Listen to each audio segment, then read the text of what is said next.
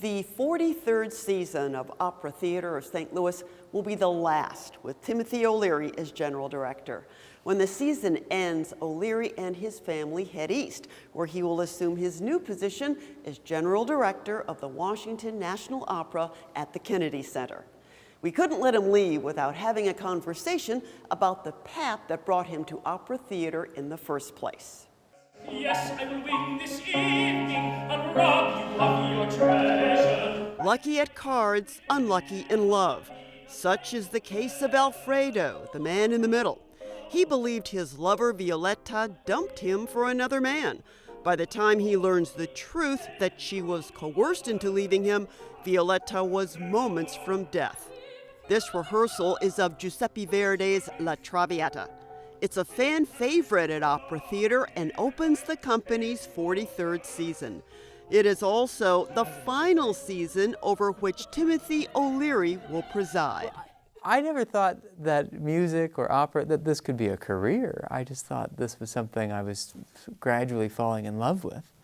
And yeah, I thought I would probably teach English somewhere. I was always a writer and that kind of thing, loved reading. But then as I went through college, I just kept taking more and more music and theater courses and that kind of thing. And I took voice lessons, but I did that just because I loved it. And I loved the opportunity to sing and to learn. And actually, I took Italian. You had to learn a second language. So I took Italian, and I took Italian so that I would be able to understand the Marriage of Figaro. That was my main motivation. And then as I went through, college is that wonderful opportunity to explore pathways. And I became obsessed with the idea that maybe I could work in the arts. It could be a career, not just something I loved. And that love stretches back to childhood. O'Leary played violin for 10 years, starting at the age of 5. Then as a teenager, he discovered he could sing. O'Leary took voice lessons, he's a tenor by the way, joined his high school chorus in Connecticut, performed in school musicals, and sang in numerous church choirs. And the church choir is how I got into opera because I grew up not far from Yale University, and the church choir we're singing in had paid section leaders from the Yale School of Music who were, grad students earning their way, picking up a little extra money. So the guy I sang next to for 2 years is a guy named Matthew Polenzani, now one of the most famous tenors in the opera world. I sang next to him for 2 years, feeling bad about my voice. But then he was in a production at the Yale School of Music, at the Yale Opera, and the guy who ran the choir was also an alum of Yale and was singing in the chorus of the Magic Flute, and they needed tenors in the chorus. So that's how I ended up singing in a production of the Magic Flute, and that's how I discovered opera. I didn't think I would like opera. I just thought it would be an interesting experience. So how did it draw you in? How did opera draw me in? I got to be part of it, which was such an incredible way in. And of course, what I realized right away with the Magic Flute, Mozart, is this was not, none of the stereotypes I had about opera in my teenage mind turned out to be true, or at least what I thought was, they're just not true of this opera.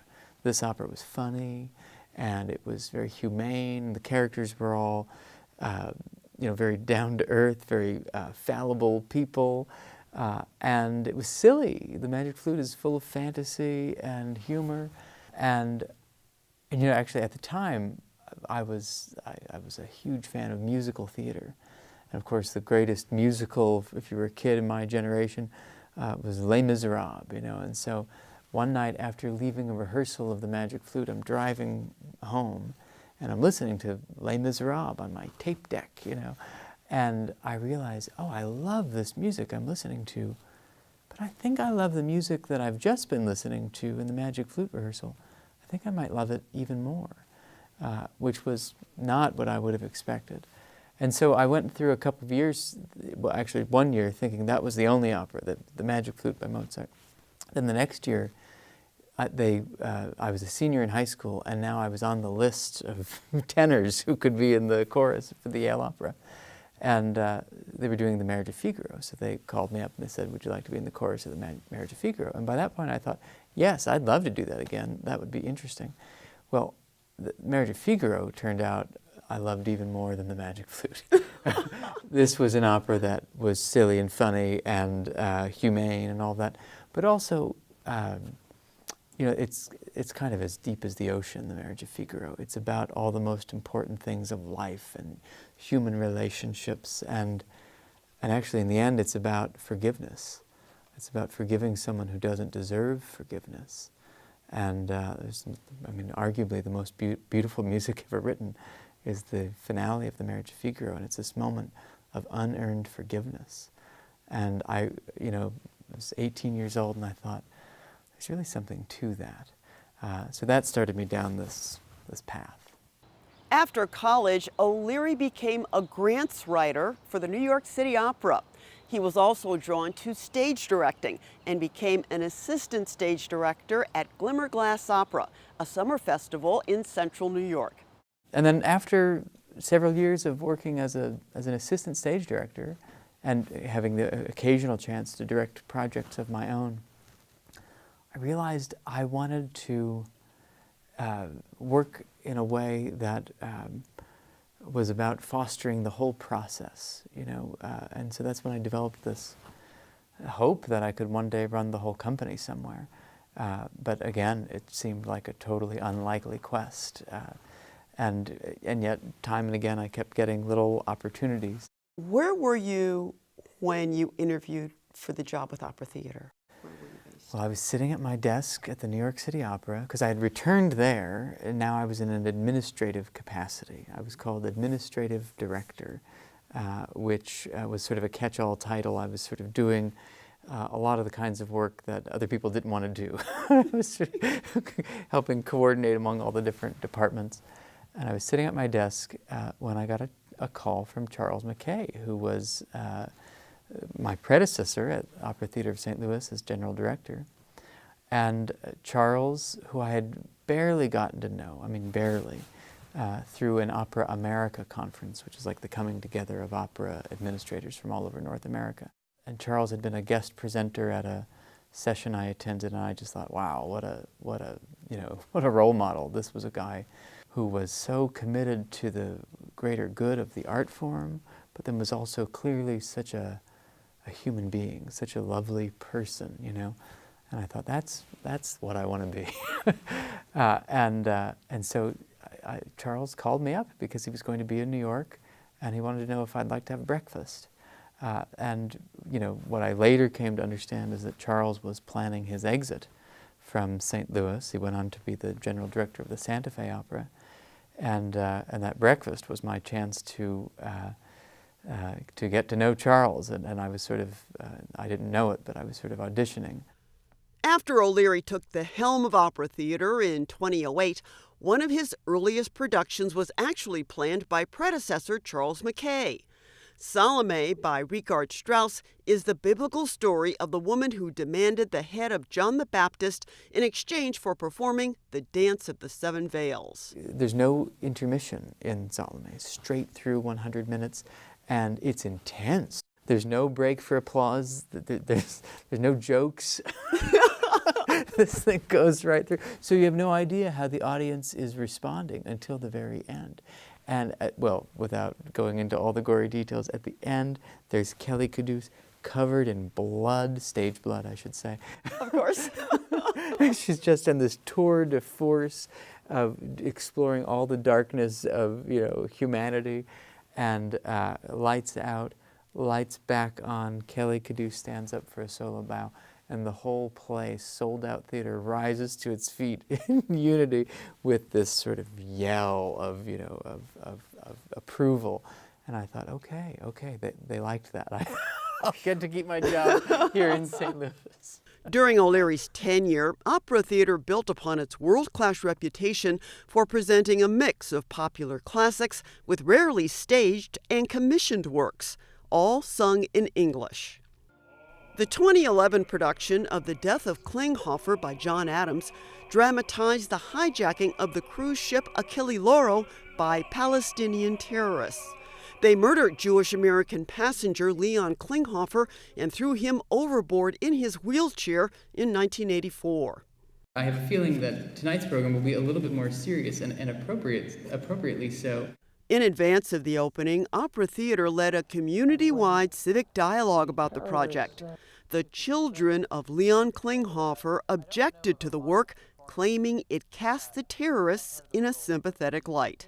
This was an opportunity to convene really important discussion across faith differences, in this case Jewish, Muslim, and Christian faith leaders helped us work together on a community building plan to precede and accompany the performances of the opera, because it deals with such sensitive subject matter and because these divisions in our culture are so important for us to reconcile and work on. A similar community engagement approach was taken with the 2013 opera Champion. Produced in conjunction with Jazz St. Louis and composed by trumpet legend Terence Blanchard, Champion tells the real-life story of welterweight champ of the world Emil Griffith, his struggles with his sexuality, and his anguish over a title match in 1962 that put his opponent in a fatal coma. The most important stories in the arts are stories where people see our common humanity, but across differences. O'Leary gives the credit for Opera Theater's success to the organization as a whole and its board of directors. There are people who were founders of the company as board members who are still members of the board. And this continuity of passion and commitment has been part of the magic all the way along. But I say a lot, it's Opera Theater of St. Louis. It's an arts organization, but it's also a St. Louis organization, a community organization with a responsibility to the whole community to be making our community a better place. Our interview took place before Andrew Jorgensen of the Washington National Opera was named Opera Theater's fourth general director. Nevertheless, we asked O'Leary what advice he has for his successor. First of all, it's the greatest job. It's a real privilege, and I believe in, yes, as the general director, you're the leader of the organization, but ultimately your job is to serve the organization and the people and the artists who do its work, who care about it so enormously.